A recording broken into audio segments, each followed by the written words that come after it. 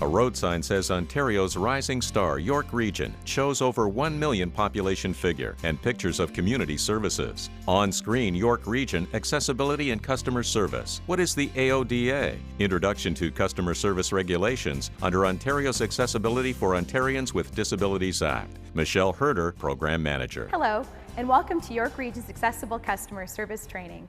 My name is Michelle, and I'll be your guide through the next few minutes as we learn about the Customer Service Regulation under the Accessibility for Ontarians with Disabilities Act and how we can provide exceptional customer service in the best possible way. People traveling. In Ontario, there are approximately 1.5 million people with a disability, and that number grows when we factor in our aging baby boomer population, or even those with what we consider to have a temporary disability, like a broken leg or recovery issues associated with surgeries, illnesses, or chronic conditions. Michelle Herder. The reality is that on any given day in this province, a larger percentage of the population than we think is attempting to manage everyday activities with some measure of complexity, including trying to access our services. To respond to the growing need to make Ontario more accessible, the province enacted the Accessibility for Ontarians with Disabilities Act, or the AODA. It's a law aimed at making the province fully accessible by 2025. AODA sections. There are 5 sets of regulations in the law that are designed to ensure accessibility happens in key areas of service provision, these being customer service, information and communication, employment, transportation, and built environment. This video focuses solely on the customer service regulation. Michelle. More importantly, this video focuses on what you, as an employee, are expected to do in serving customers with a disability. To do this effectively, this video provides information on the various types of disabilities that you may encounter in your role as a regional employee. Community scenes. To do this effectively, this video provides information on the various types of disabilities that you might encounter in your role as a regional employee. The objective is not to teach you how to categorize our customers, but rather expose you to disabilities in a manner that helps you understand the disability and, better yet, understand how best to engage with the customer to meet their particular need, and in a way that honors and respects the customer's independence and dignity. Michelle. The aim here is integration across our community, providing equal opportunity to service. You will also see the types of assistive devices that some of our customers use. On-screen list. Those assistive devices can include service animals, canes, or walkers. You will also get instruction on what to do if your business is disrupted in any way that keeps our customers from accessing our services as they've come to expect. Disabilities come in many forms, sometimes obvious, sometimes not. According to the AODA, disability is defined as this. Each shows on screen. Any degree of physical disability, infirmity, malformation, or disfigurement that is caused by bodily injury, birth defect, or illness. A condition of mental impairment or developmental disability. A learning disability or a dysfunction in one or more of the processes involved in understanding or using symbols or spoken language. A mental disorder. An injury or disability for which benefits were claimed or received under the insurance plan established under the Workplace Safety and Insurance Act enacted in 1997. A listing. Some of the more common disabilities include physical, hearing, vision, learning, mental health, developmental, or intellectual. More guidelines. Please understand we are not referring to impairment that comes from drug or alcohol use. Also, language barrier is not considered a disability. Michelle Herder. Serving customers with disabilities is actually very simple. It's the same way we serve customers without disabilities. All of our customers should be asked, "How may I help you?" And second to that, a follow-up question of "How may I best help you?" Our customers with disabilities have most likely been living and functioning with their disability for some time, and they are experts in advising on how you can help. Remember, put the person first. Concentrate on meeting the customer's need, not on their disability. On screen, York Region, persons with a visual disability and customer service. We see a woman sitting on a stationary bus. Hi, my name is Kirsten and I have a vision disability. Some people are under the impression that visually impaired or vision loss means that they're totally blind. But in reality, vision loss is actually a range. Some people will see objects or use their peripheral, and in reality, only 1 in 10 are actually blind. Kirsten exits the bus. And a couple of other myths. One, that because we have vision loss, that we can't hear. The bus driver stops her. All right, Kristen, here's the door. Have a nice day. Thank you very I'll see much. you soon. Take care. Bye-bye. And Kirsten walks into the York Region building on her own, her white cane sweeping side to side. Or the opposite, that because we have vision loss, we have a heightened sense of hearing. Both of those myths are false. Kirsten continues to walk down a hallway using her cane. A York Region employee approaches her from the left of the screen. Hi, I'm Laura. I work for York Region. Can I help you? Oh, yes, Laura, thank you very much. I'm Kirsten, and I'm here to attend a meeting in Committee Room B, and it would be really helpful if you could just guide me there, because it's a little light in here. So, Sure. can I show you how to do that? Please tell me. Okay. First of all, just ask me which side I would like to be guided from. Which side can I guide you on? What works best for me, Laura, is my left side. So if you just come over to my left side. Laura moves. And then just tap the bottom of my hand, and then I will follow that up to your elbow. And from that, I can get the information I need for walking. The best thing that you can help me with is when we change positions, like if we were outside and we moved from grass to cement, that would be very, very helpful. Or if we move from the carpet to the bare floor is also helpful. If we come to a narrow spot that both of us can't fit through, if you just put your elbow right back behind you, then I know to tuck in behind you. They demonstrate. And then we can both safely go through that narrow space. And when we're back, I just come back up with you. For obvious reasons, if you give information like stairs up and stairs down. And when we get to the doorways, if you give information like doorway opens left, doorway opens right, swings out, swings in, all kind of information that makes the process smoother. Okay, great. Laura turns left. So let's go. Now they come through a doorway. Laura, typically what I would also do is try to stay about half a step behind you. Okay. Double doors. So I'm going to open the door to the left. Okay. Entering the room, Laura pauses. Perfect. We've entered the room. Okay, so if we're in the room now, if you could just take me to my chair and give me information about the chair as to whether it has any arms or whether it has, which way it's facing.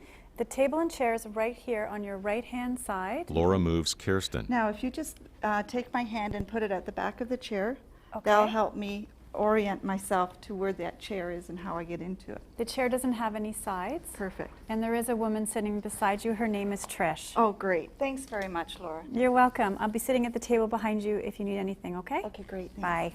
Kirsten at the table. Some people might be afraid that they'll make a mistake or insult us during this process, but remember, it is a process, and it's more important that you leave us our dignity and our independence.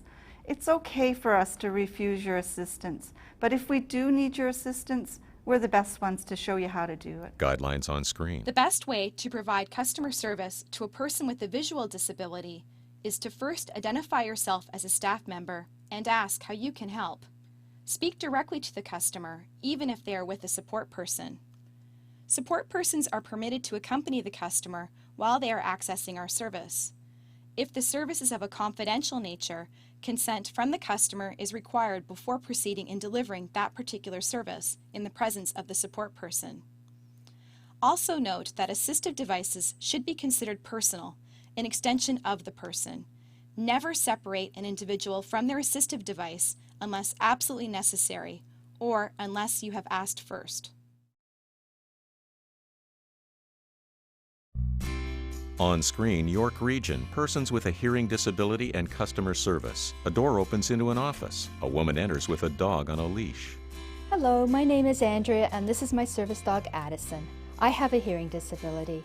Addison and I were recently trained at the Lions Dog Guide School in Oakville. They both enter the room, and Andrea sits in a chair. Addison follows. Sit.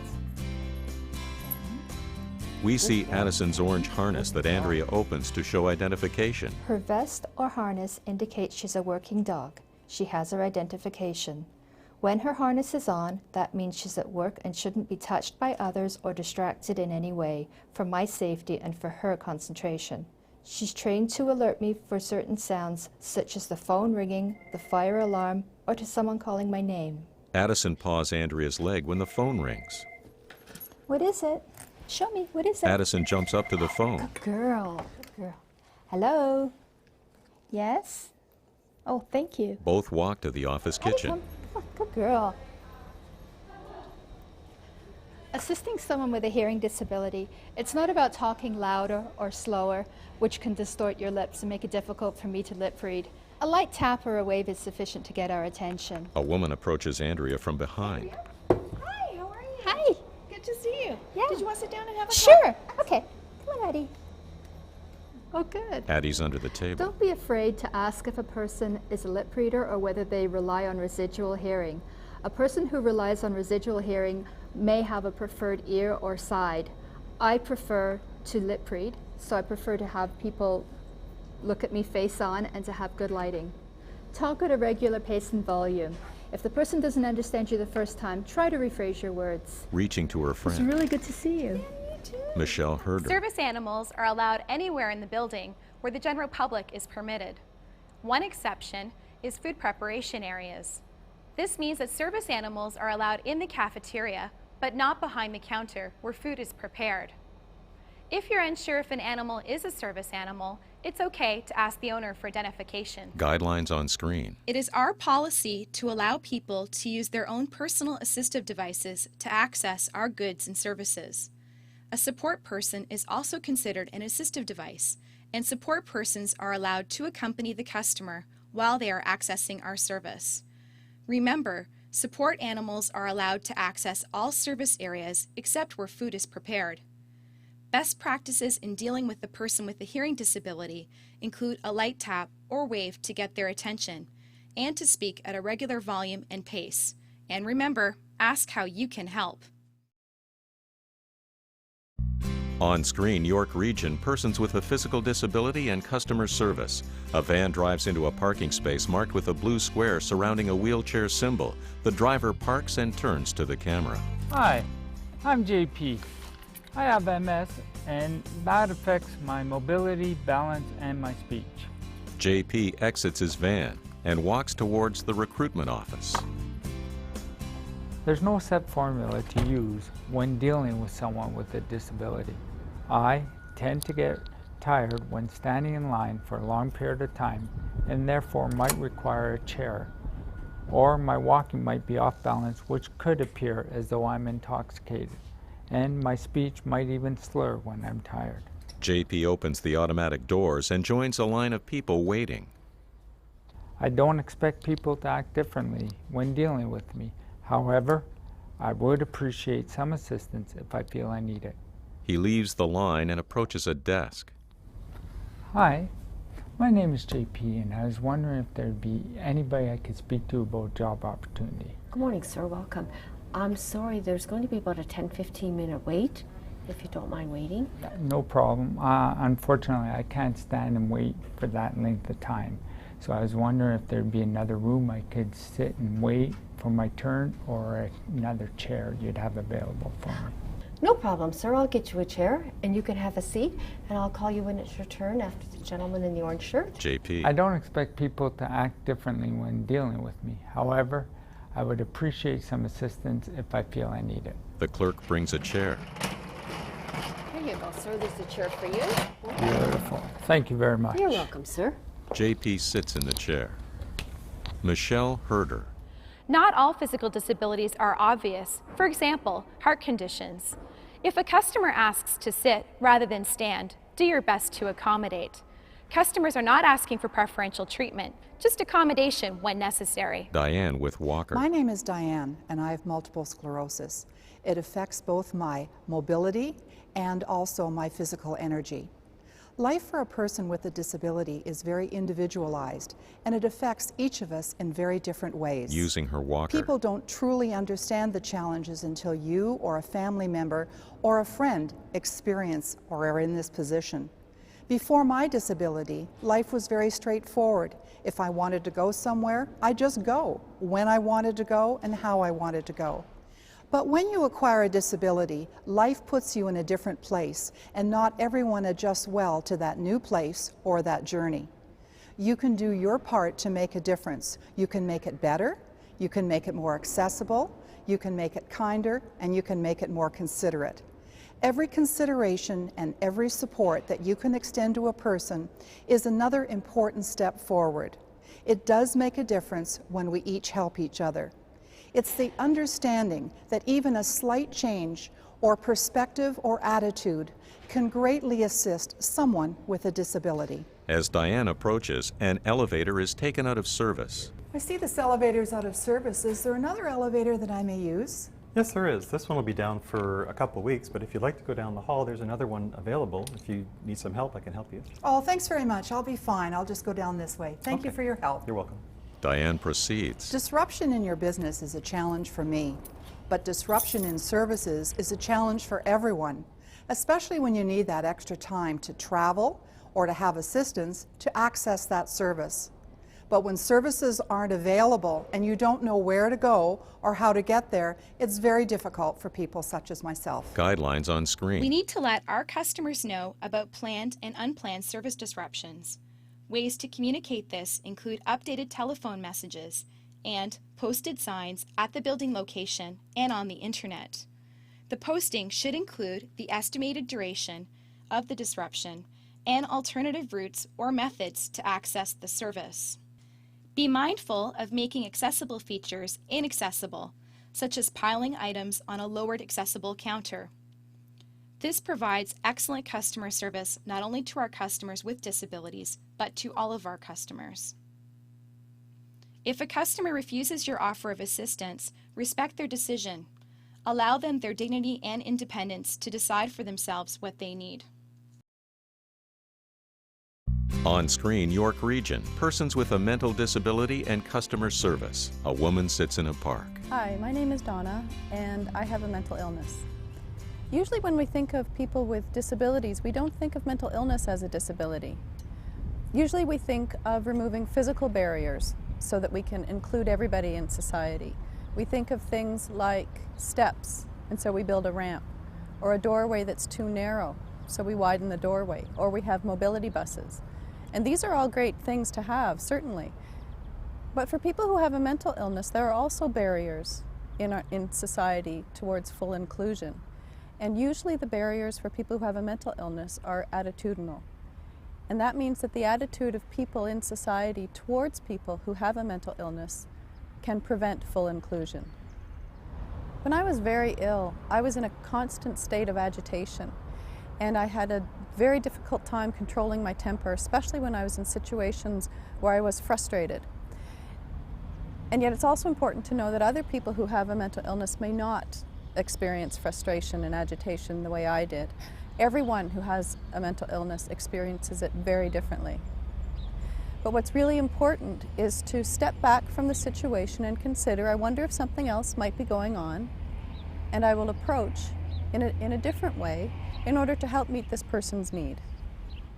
Mental illness is referred to as an invisible disability, and that's because sometimes it isn't obvious that the person has a disability. Instead, we just see behavior that we don't understand. Mental illness is a broad classification for many different disorders. The most common are depression, anxiety, bipolar disorder, and schizophrenia. When I developed depression, my family, my friends, my coworkers, even after my diagnosis, even after we knew that I had a mental illness, didn't quite know how to respond to my behavior. And the behavior that people saw was that I was irritable and angry and frustrated. I was obsessive about detail. I was often very angry about people not following rules or not doing things correctly. And it was very difficult for people to know how to respond to me, Because usually with depression, for example, we think of people as being sad and withdrawn, and that's not what I did. One of the challenges that I experienced and those around me experienced was that I had no insight into my own behavior. And it was very hard for me to have an understanding of how I contributed to my own agitation. And it was through therapy that I learned how to be better able to respond more appropriately to stress in my life, for example. As a society, we tend to incorrectly label people who have a mental illness as weak or violent or inept, unintelligent, is not worth our time. And yet 1 in 5 Canadians will experience a mental illness in their lifetime. So it is a very common illness. It affects families, it affects workplaces. Guidelines on screen. In providing customer service, take the usual approach of asking how you can help.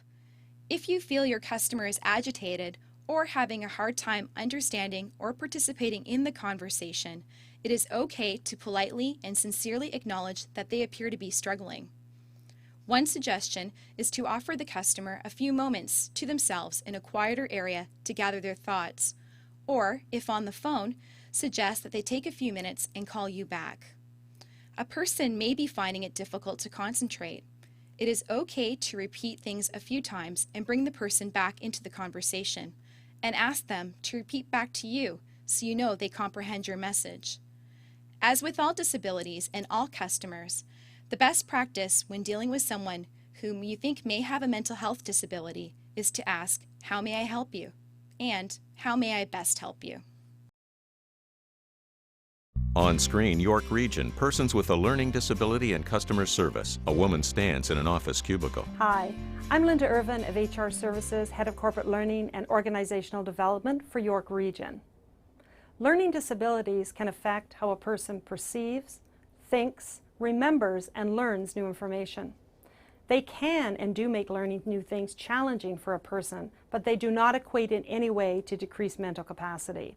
In fact, many people with learning disabilities have average to above average intelligence, but they may be unaware that their inability to understand and comprehend is related to a defined learning disability. The issue is the manner in which they need to acquire and manipulate the information being given to them. In reality, every one of us has a preferred way of learning. It's called an individual learning style. But when these are paid attention to, the learning is more effective. Considered invisible disabilities, colleges, universities, and other academic institutions are taking these into consideration, and many have established student access centers to assist students with their educational needs. For example, it's not uncommon to provide alternative testing, such as oral exams, in place of the traditional written exams to accommodate certain students with learning disabilities.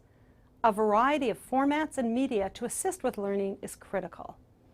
As you interact with your customers, bear in mind that some of them may have learning disabilities. Ask them how they prefer to receive or learn new information and provide it in a way that matches their preferences. They may want information verbally, in writing, through demonstration, or with opportunities to practice with your direction and guidance. Or they may just need more time or patience. We all have different ways in which we take in and learn information. The variety of potential learning disabilities and learning needs or styles in our customers requires us to provide service delivery options. Anticipating this and being prepared to offer customer service in a variety of ways is the key to success. Guidelines on screen. Keep in mind that not all forms are easy to understand or fill out. Offer your assistance where necessary. Be respectful of the customer's need to absorb the information in a different way from which you are accustomed to providing that information. Again, ask how you can best help, and the customer will let you know what, if any, accommodation is required. York Region, Accessibility and Customer Service. Regulations under AODA. Michelle Herder. So there you have it. Accessible customer service is required by law and supported by our very own customers. Our obligation and commitment as an organization is to provide accessible, courteous, and on-time access to our services. Our customers with disabilities ask for no special treatment. They are only asking for the same time and consideration we give to our customers without a disability. to approach our service delivery in a manner that honors and encourages the core principles of integration, equality, dignity, and independence. To do this, our organization has established policies, practices, and procedures for providing goods and services to people with disabilities. Our policy is to allow people to use their own personal devices to access our goods and services, and/or to use any assistive devices, services, or methods provided by the organization to enable access to our goods and services. Allow people with disabilities to be accompanied by their guide dog or service animal in those areas of our facilities that are open to the public. If the animal is excluded by law, use other measures to provide services in the event the animal is prohibited. We also allow people with disabilities who use a support person to bring that person with them while accessing goods or services in facilities open to the public or other third parties. Where admission fees are charged, provide notice ahead of time on what admission fees, if any, will be charged for a support person of a person with a disability. We will also provide notice when facilities or services that people with disabilities rely on to use our goods and services are temporarily disrupted. We will also train all staff, volunteer, contractors, and any other people who interact with the public or other third parties on our behalf on the components of the customer service regulation, including those involved in the development of our policies, practices, and procedures. It's also important to avoid placing the customer in the situation of having to disclose their disability. It is neither our role nor right to seek this information unless it relates directly to the service they are seeking. We also have an established feedback process that allows for proper complaint registration and resolution for all customers, including those with disabilities and accessibility issues and concerns. Customer service for people with disabilities is easy. Put the person first. Concentrate on meeting their required and expressed need, not their disability. Ask how you may help. Ask how you can best provide that help. Speak directly to your customer. If you don't understand, politely ask the customer to repeat their request. Listen to and engage with your customer in a way that is respectful of their personal dignity and independence. Summary on screen. Serving customers with a disability is easy. Ask how you may help. Ask how you can best provide that help to them. Speak directly to the customer. If you don't understand, politely ask them to repeat their request. Listen and engage with your customer in a way that is respectful of their personal dignity and independence. Put the person first. Concentrate on meeting their required express need, not their disability. Customers are experts on their own needs and abilities and will let you know how you can best help. Michelle Herder. We know through research that our customers who have a disability are often unable to get what they need, a positive outcome in their transaction. This does not mean that the end result was not in their favor, but they were unable to complete their transaction. Times are changing. Barriers are coming down. Attitudes are changing. The reality remains that people with disabilities are less likely to complain for fear they may lose existing accommodation. The AODA customer service regulation provides for this aspect of accessibility. It demands that every organization ensure their customer feedback process includes accessibility complaints and compliments and takes into consideration the person's disability when responding to or communicating with them. Our policy is that we provide a feedback process on how we provide goods and services to people with disabilities and how we will respond to any feedback and take action on any complaints. Our feedback process is also readily available to the public through our internet site as well as brochures. Kirsten. It's okay for us to refuse your assistance, but if we do need your assistance, we're the best ones to show you how to do it. Good girl. Andrea. I'm now more independent and have peace of mind knowing that Addison's here to alert me to sounds and to make me more aware of my surroundings.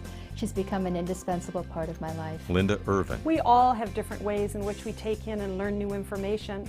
The variety of potential learning disabilities and learning needs or styles in our customers requires us to provide customer service delivery options. Anticipating and being prepared to offer customer service in a variety of ways is the key to success.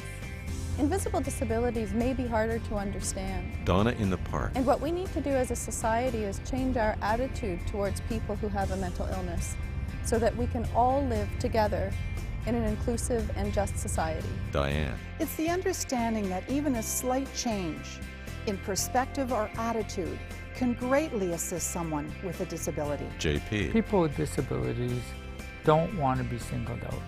We aren't looking for special treatment, but would appreciate help if needed. York Region, produced in partnership with the Regional Municipality of York and Rogers TV York Region. Special thanks to all those volunteers and staff who participated in the making of this video.